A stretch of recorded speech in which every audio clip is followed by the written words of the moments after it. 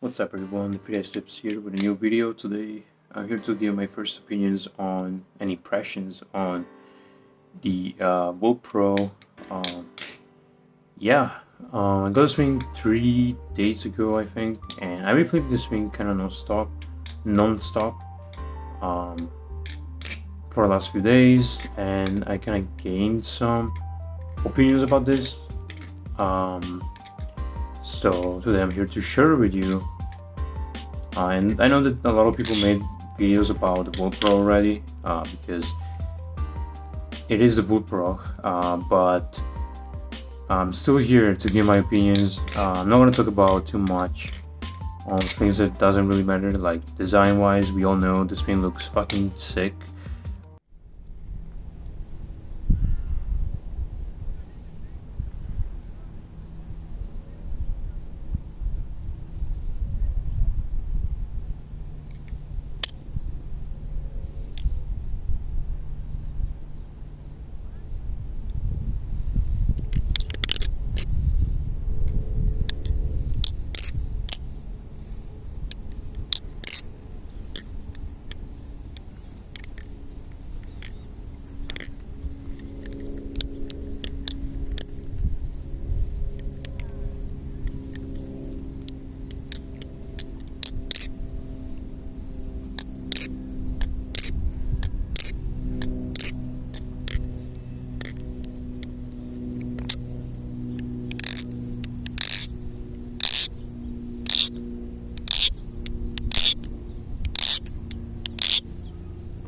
The first thing that I want to say before getting into like the flipping and all that kind of stuff. Yo, it's me in post-production. I'm here to show you the hardware. In this clip was really bad. The camera wasn't focusing and everything looked like shit. So I'm here to say that they changed the hardware to something much better. You can see that from the previous clips. It just looks better. It's a much more rounder style. And that's it. So let's keep on watching. This fucking camera does not want to focus for some fucking reason. Overall flipping, I think it's pretty damn good. I think everybody's saying that. I've seen from Instagram that everybody's talking really good about this thing, so a lot of people are liking this, and honestly I see why. So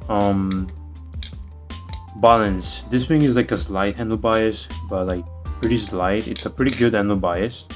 Rollovers are real good. Rollovers are like real sticky. Like choplines are fucking, you can't stop unless you fucking suck ass like me. Fans are pretty damn clean. You can see that there's no like endo dragging. The only thing about fanning is mostly for chokers. I don't know if you can see that. Let me try to show that. But chokers do kind of drag a little bit. No, I'm not the best flipper ever, as you can see. I have to say that it does drag a little bit on choker fans and things like that, but it's not that big of a deal to me, mostly for the rest of the flipping experience. The overall flippability of the Vulp Pro, it's not only good, but it's also pretty fun. So that doesn't really bother me as much, because I've been doing more tricks like rollovers and other things than just, you know, choker fans.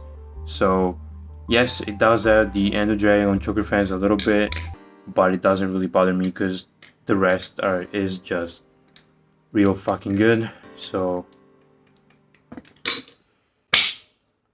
this knife, to me, it's really interesting on how they designed it for the weight distribution part, because it is an aluminum 7075 knife with G10 inlays, but there is not as much aluminum as you may think, and that shows especially on the weight of this knife, because this is only 4.0 ounces, which it's kind of rare to see on a aluminum 7075. I mean, I've seen lighter weights on aluminum 7075, like the Doom from HR, that's like 3.8 ounces or something like that.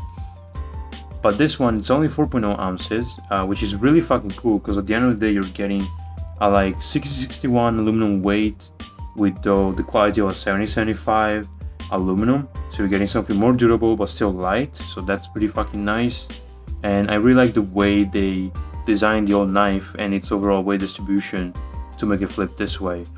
Besides the blade that we saw that they changed from the Vulp, making it much more thin here and getting it like wider towards the top and then leaving more tip weight towards the top and trying to reduce all the weight towards the pivots. There is still some weight right there, and that might be the reason why this swing drags a little bit on choker fans and stuff like that, but again, it's not a big of a deal. But for the handles, as we know, there is a G10 inlays, which takes a big part of the upper part of the handles. So we can see from the side,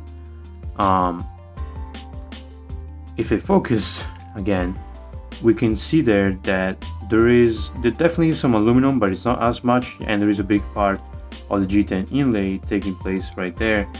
So even though it might not be much, there is definitely some weight taking off of this part of the knife, which is good because there is more weight than towards the bottom of the knife itself, of the handles. But we can also see that always on the side, but more on the back, all the aluminum is pretty much taken off, and the only part you see, it's literally one jimping line, and that's because we have screws on the bottom, which is a really big pro in my opinion, because not only it's a really cool way to make, you know, weight distribution on a knife. I think it's really cool to have screws on the back, but it's also really nice because you can have a lot more of choices on how to play with your balance.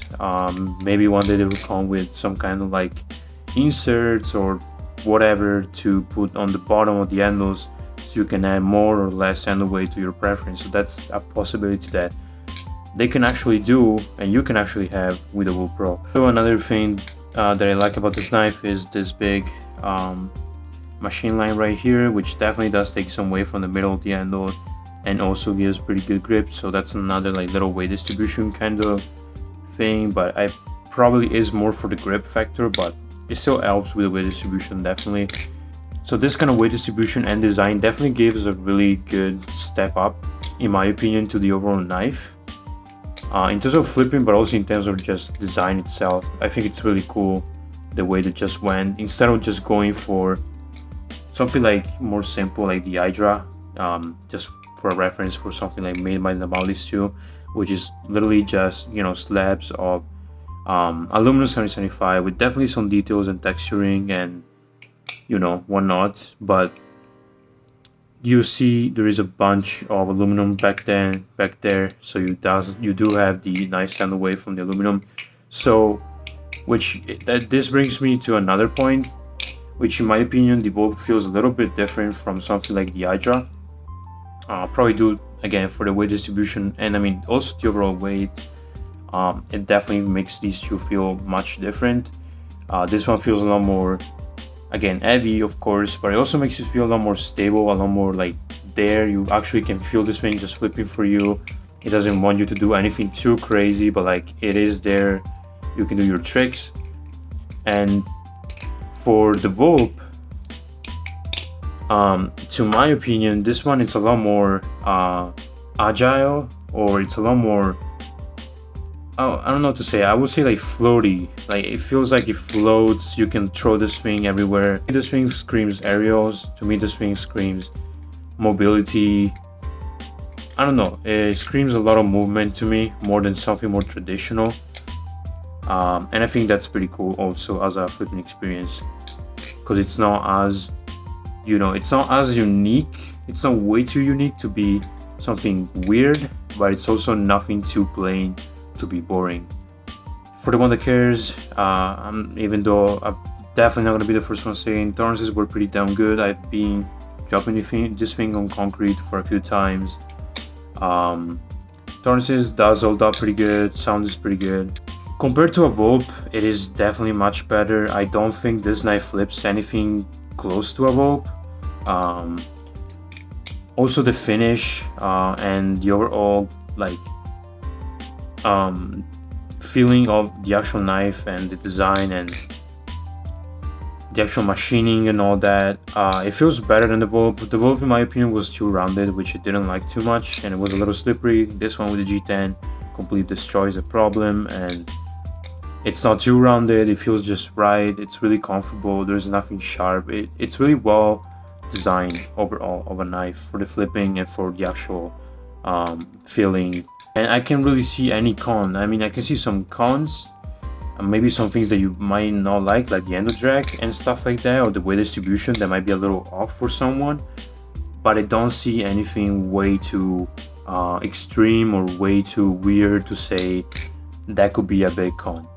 For the price point, I know that some people said that it's a little overpriced. Maybe, I guess I've heard that, but I don't really think so. Not only the fact that it's, you know, because it's like a Vulp, so the Vulp was technically cheap, and this one is not really cheap compared to the Vulp, blah blah blah. I think that could be true, but also not, because the Vulp was made especially and specifically for that, to fill that kind of gap, to be a pretty good flipper for beginners, with a balance for beginners, with a flippability for beginners, and a price tag for beginners.